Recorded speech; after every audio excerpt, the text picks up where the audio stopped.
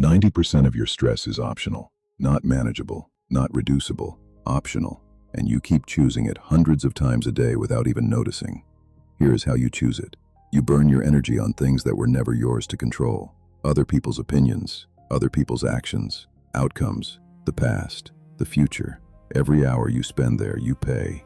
In tension, in anger, in sleepless nights. And nothing changes. Nothing ever changes. Because none of it was ever in your hands. 2,000 years ago, the Stoics found the fix. One line. Some things are up to you. Some things are not.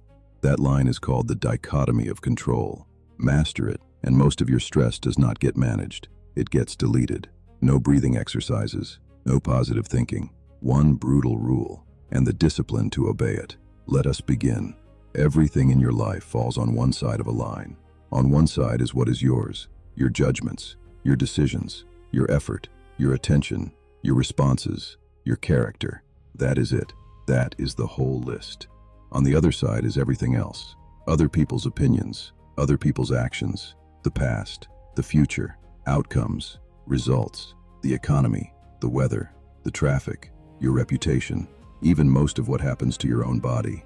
Your first reaction is probably resistance. That list feels too small. Surely you control more than that. You do not.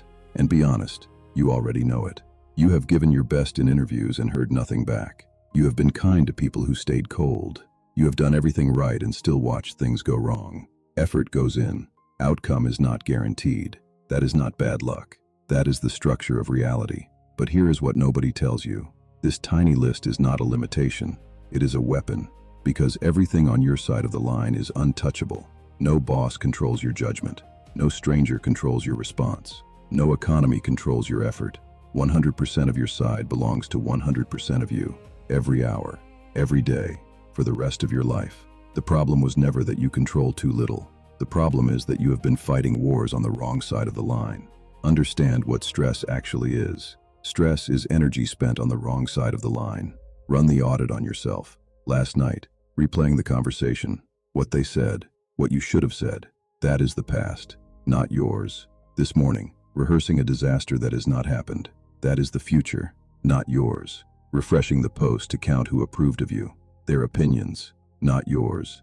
Gripping the wheel in traffic, furious at 10,000 strangers driving, not yours. Hour after hour, you pour finite energy into outcomes that cannot receive it. That is not pressure from the world. That is a leak from the inside. And here is the trap that keeps you doing it. Worry feels productive. Your brain treats worrying about a thing as working on the thing. It is a lie. Worry is a treadmill. Motion without movement. You can worry for 10 years and change nothing except your health.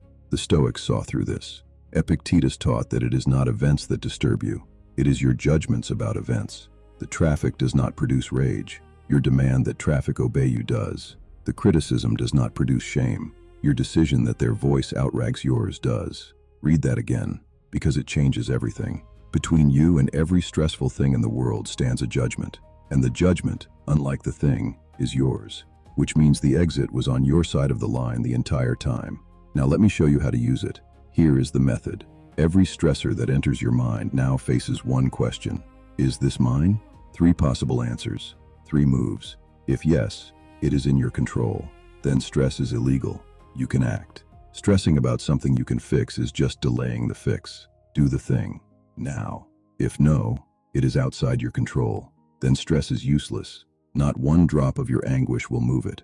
The weather does not check your mood before it rains. Release it, not because you are weak, but because feeding it starves what is actually yours. But most real problems are the third kind. Mixed. Part yours, part not. And this is where the method gets sharp. You split them. The job interview. How prepared you walk in is yours.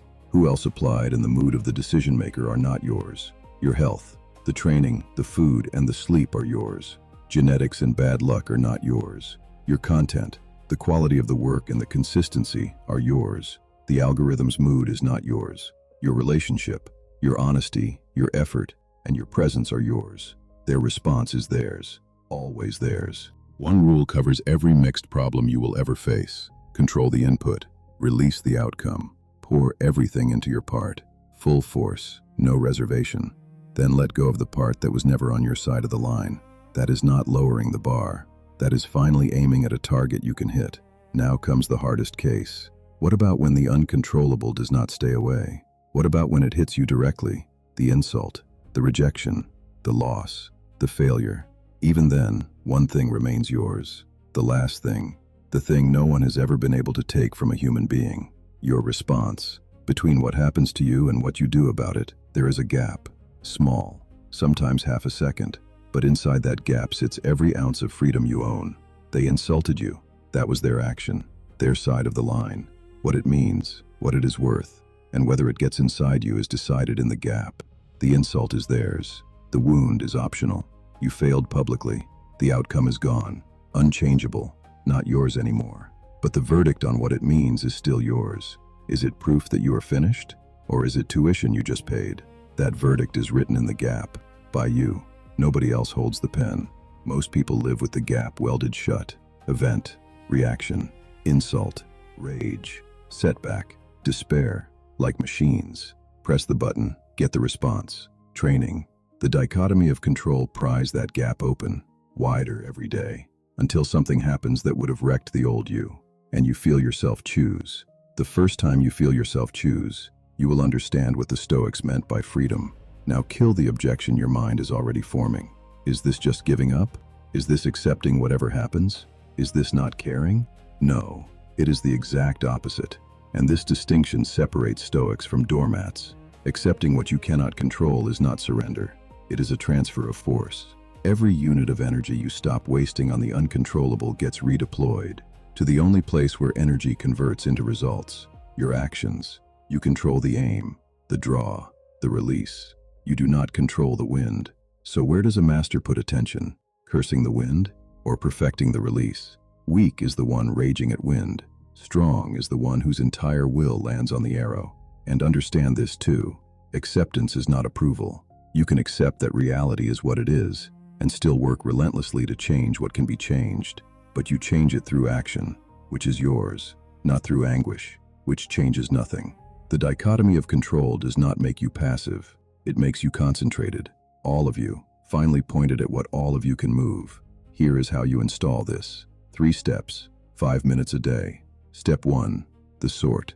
Tonight, write down everything currently stressing you, every item. Then draw a line and split the list. Mine, not mine. Do it honestly and prepare for a shock. Most of your list will land on not mine. You have been carrying cargo that was never yours to lift. Step 2, the trade. For every not mine, find the mine hiding inside it. You cannot control the job market. You can control the applications you send this week. You cannot control their opinion of you. You can control the quality of what you show them. Trade every worry for its nearest action. Step 3, the release phrase. Through the day, when the uncontrollable intrudes, meet it with 2 words. Not mine. Traffic, not mine. Their tone, not mine. The past, not mine. Say it. Drop it, and return your attention to your side of the line. It feels mechanical for a week, then it becomes a reflex, then it becomes peace. That is the system, a sort, a trade, and a phrase. Run it daily, and watch the 90% start to fall. Now step back and see what this actually means. All this time, you thought you were stressed because life gave you too much to carry. Wrong. You were stressed because you volunteered to carry what was never yours. Other people's opinions. Other people's choices, outcomes, the past, the future, whole territories you were never given the keys to, and you tried to govern them all, put them down. Now feel what remains, your effort, your judgment, your response, your character. A small list? Look closer.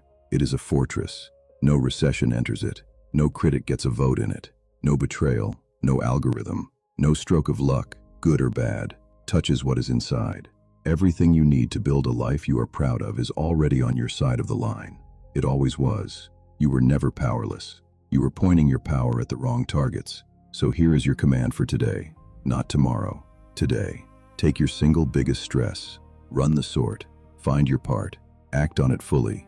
And release the rest with 2 words. Not mine. Because peace was never about controlling life. It is about commanding completely what is yours. Some things are up to you. Some things are not. Now you know the difference.